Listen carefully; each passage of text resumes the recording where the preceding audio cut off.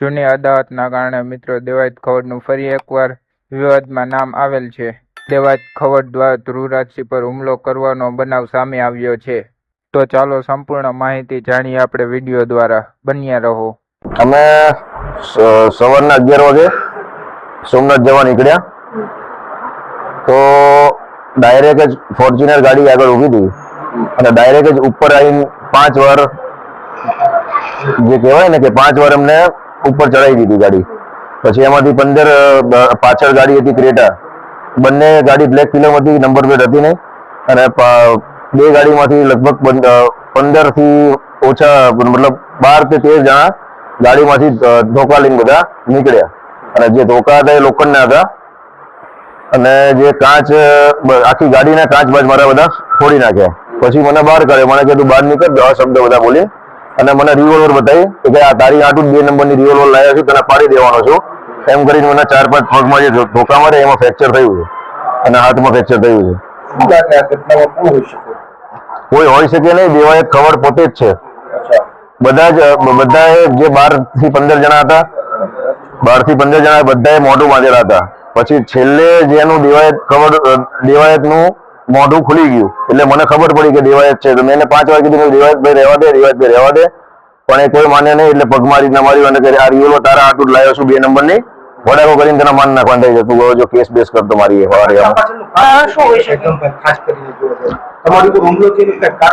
હુમલોમાં એવું હતું કે કાલે હું ભાવનગર હતો, ભાવનગરથી ગીર જવા નીકળ્યો હતો તો મને ઇન્સ્ટાગ્રામમાં મેસેજ આવ્યો હતો બીજા કોઈનો કે તું અમારા આ એરિયામાં ના આવી, સોરી એવો મેસેજ હતો, મેં સ્ક્રીનશોટ પાડેલો છે કે શું હતું હું તમને જોઈને કહું. હવે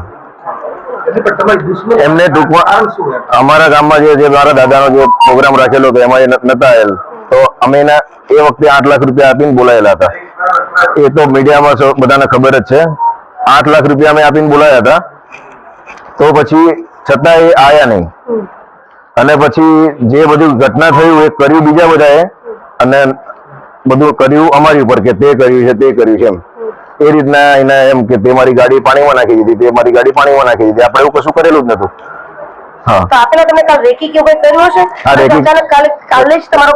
રેકી કરેલી. અમે જ્યાં અમારા ભાઈબંધનો રિસોર્ટ છે હું ત્યાં રોકાણો હતો, એમને કીધું કે ભાઈ તમારા ઓલા જે દેવાયતભાઈ આયા છે એમ કે ગોતે છે.